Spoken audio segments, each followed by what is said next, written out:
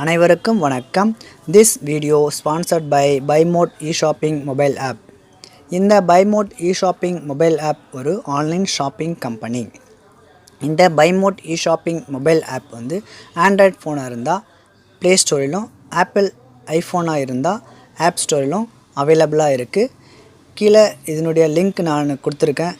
Download பண்ணி register பண்ணி இந்த மொபைல் ஆப்பை வந்து பயன்படுத்தி பாருங்கள். உங்களுக்கு பயனுள்ளதாக இருக்கும்.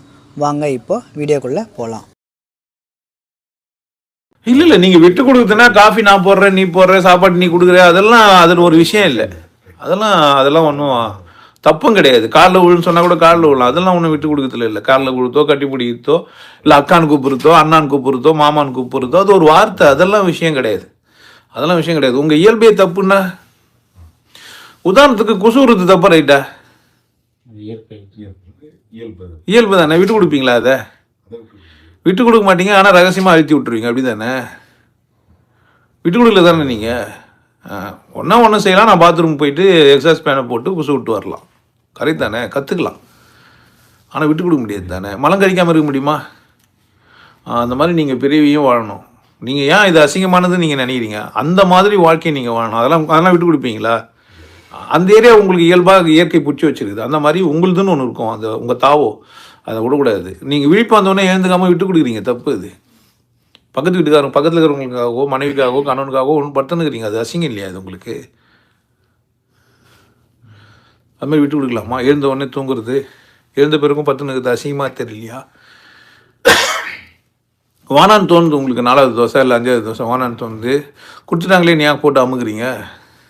நன்றியோட செஞ்சால் சரி. இந்த பிள்ளை சந்தோஷப்படுவா, நம்ம 4வது தோசை அப்படின்ட்டு. சில பிள்ளை 4வது தோசை போட்டு கோவப்படலாம்ல. 4 தோசை கொடுத்தா கம்பெனி சாப்பிட்டுக்கிறேன், 5வது தோசையும் கேட்பான் பொழுதுன்னு கூட கோவப்படலாம் தானே? புரியுது என்ன சொல்கிறேன்ட்டு? நீங்கள் தான் அதில் கவனமாக இருக்கணும்.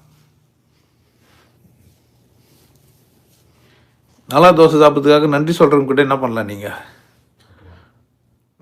உள்ளுக்குள்ளே விருப்பாகவே இருந்திருந்தால் தெரியும் உங்களுக்கு அந்த தோசையோட அன்பு. மாவு வேவாது. நல்ல வேலை முதல் தோசை மாவு வேவாக வந்தால் தப்பு கிடையாது. 4வது தோசை மாவு வேவலைன்னா அது மிகப்பெரிய குற்றம். அதுக்கு விஷம் சாப்பிட்டுடலாம் நீங்கள். புரியுதா? விட்டு கொடுக்குதுன்னா நன்றினாலேயோ இல்லை இது அவங்க நல்லா இருக்கணுன்றதுக்காக விட்டு கொடுக்குறதுனால நான் சந்தோஷப்படணும்னா என்ன பண்ணா?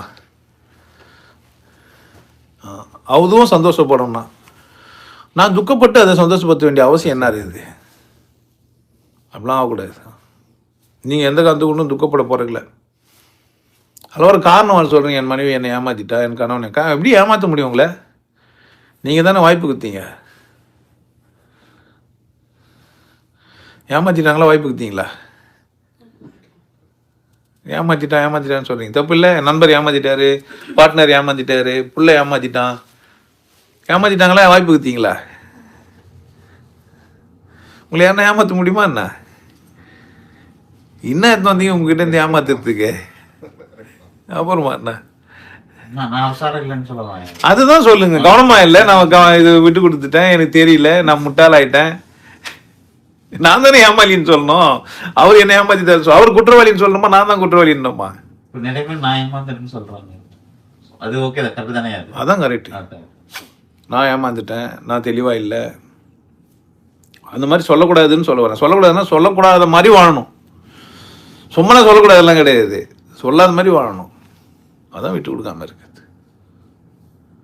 நான் ஒரு விஷயத்தை கற்றுக்கினா பயிற்சி பண்ணுறேன், நான் ஒரு டைம் அலாட் பண்ணிட்டேன், விட்டு கொடுக்கக்கூடாது தானே?